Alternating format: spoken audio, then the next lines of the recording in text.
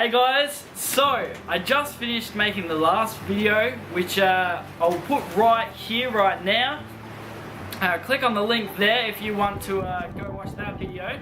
But that is on what cameras I have used over my photography and videography period. Using DSLRs, of course. I have a heap of other cameras that I've used, but they're not really DSLRs. Just things that I used to film on, like GoPros and other things. This camera that I'm filming on right now, which is a Samsung NX500, but I'll make a video on that in the future at some point if that's what you guys want to see. But in this video we'll be talking about what lenses I've used on my cameras, my DSLR cameras should I say, and they're all Canon cameras. If you want to see what cameras they are, go right to the last video and you'll be able to see. These lenses I've used over the past 3 years, since I got my first Canon DSLR camera. Again, go watch the last video and you will understand. So, I am just going to jump straight into it and tell you what lenses they are. So, to start off with, this lens is a kit lens. It's the Canon, the EFS 18-55. So it's a kit lens. It comes with the camera when you buy it. Yeah, it was a pretty good lens. I didn't take too many photos on this because pretty soon after getting the camera I got this lens right here, which I'll talk about in a minute. And that was the lens I used predominantly.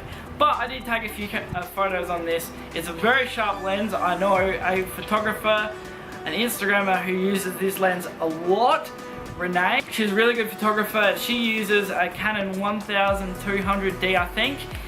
And she uses this lens a lot, and she's a very good photographer. This lens is extremely sharp, and you can do lots of things on this lens. I got this, the 55-250mm, and I used this lens a lot at the start. Before getting this other lens, I used this lens all the time. It's really sharp, and you can get that great blurred background if that's what you want with this lens. And I used it for a lot of things. I took some photos of my bike, I took photos of my friends, I did lots of things on this. I'm not sure if I have any photos that I took of this on my Instagram. You might have to go back quite far and have a look.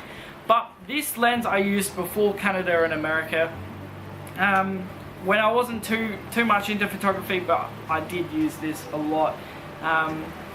Just when I was getting into it, I guess. But I didn't really get super into photography until I was in America and Canada. But before that I used this. So this here is not a kit lens. This is the Canon 10-18mm. Again, I think it's f4, I can't remember. I don't use this lens very much anymore, only when I'm filming like skate stuff. But at the skate park I used this lens all the time. It's a super wide angle lens, and it is great for landscape photography and for videos especially. I used to vlog on this lens. I don't have a lens as wide as this lens anymore. It is extremely wide, 10mm. It's on a crop sensor, of course, but this lens is great. I think it's around $400, I can't remember, but it's a very good lens. More expensive than the camera that I bought to use it on. It is a great lens though. Just making sure my lenses don't fall off. Canon 10-18mm, great lens. So, 18-55mm again. 18-55mm again. This is the higher up kit lens that I got with this second camera I got, the second DSLR camera I got. And I didn't use this lens at all actually, because with this camera that I got, the second camera I got, I also got the first lens here, which is extremely good lens, and I used it for every single photo on that camera just about, except for when I was doing videos and sometimes photos I would use the 10-18mm on this camera. It's still a crop sensor, so 10-18 was good. But this lens is a decent lens again. It's very sharp, and it's much like the first lens that I talked about. It's very sharp, great for photos, but I don't use it very much at all. So, also with my second camera, I got this lens, and this was the lens I used all the time. It's a Tamron 18-270mm 3.5, I think, and it was a great lens. I used this lens for basically every single photo on my Instagram from when I got back from Canada and America till I started using the 1D and these two lenses right here. This lens is incredible. I couldn't recommend it enough. I can't remember the price of it. I'll put the price of it on screen right now, but it's very well worth the money. If you have a crop sensor camera, then this is the lens that you want. It's all-rounder, 18 to 270 millimeter. You can go from very close up to very far away. Its zoom is incredible, and I couldn't recommend this lens enough.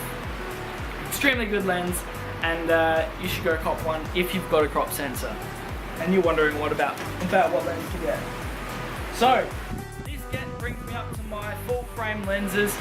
These lenses are insanely expensive, and this end lens is worth more than all the other lenses except for this one altogether probably. So first of all, I have the Sigma 35mm 1.4. I use this lens a lot. It's great in low light, and I can get that aperture right out there. This lens is insane, and it was only $950. When I say the money amounts, I'm talking about Australian dollars, so in US it would be a little bit cheaper. So this lens is insane. It's a prime lens. It's the only prime lens I have. For you people who don't know what a prime lens is, it's a fixed lens, so you can't change the zoom on the camera at all. It's insanely sharp. I can get extremely close up to people and the lens just doesn't struggle at all. And it gets those beautiful blurry backgrounds, and you can use this lens in just about any lighting condition. It is insane. I use this lens a lot. It's extremely good for portraits, and I couldn't recommend this lens enough. If you have a full frame camera, get this lens. It's cheap. It's probably one of the cheapest full frame lenses you can get, and it is my favorite. It outdoes this lens that's on the end here that we'll talk about in a minute. This lens is insane. I seriously cannot recommend this enough. So yeah, that was this lens. And then finally we go on to the last lens. This is the Canon 24 to 70mm lens. This lens is spoken about all the time when you're talking about Canon cameras. This is a beauty. You have the zoom on it, which I use a lot. Unfortunately, it only goes up to 70mm, but it's a great lens. I've used this lens a heap already, not quite as much as the Sigma, but it is extremely good for portraits, and I use it for video all the time. I vlog on this lens. Even though it's extremely heavy, as is the Sigma, compared to all these other lenses, these lenses are extremely heavy because of the glass quality.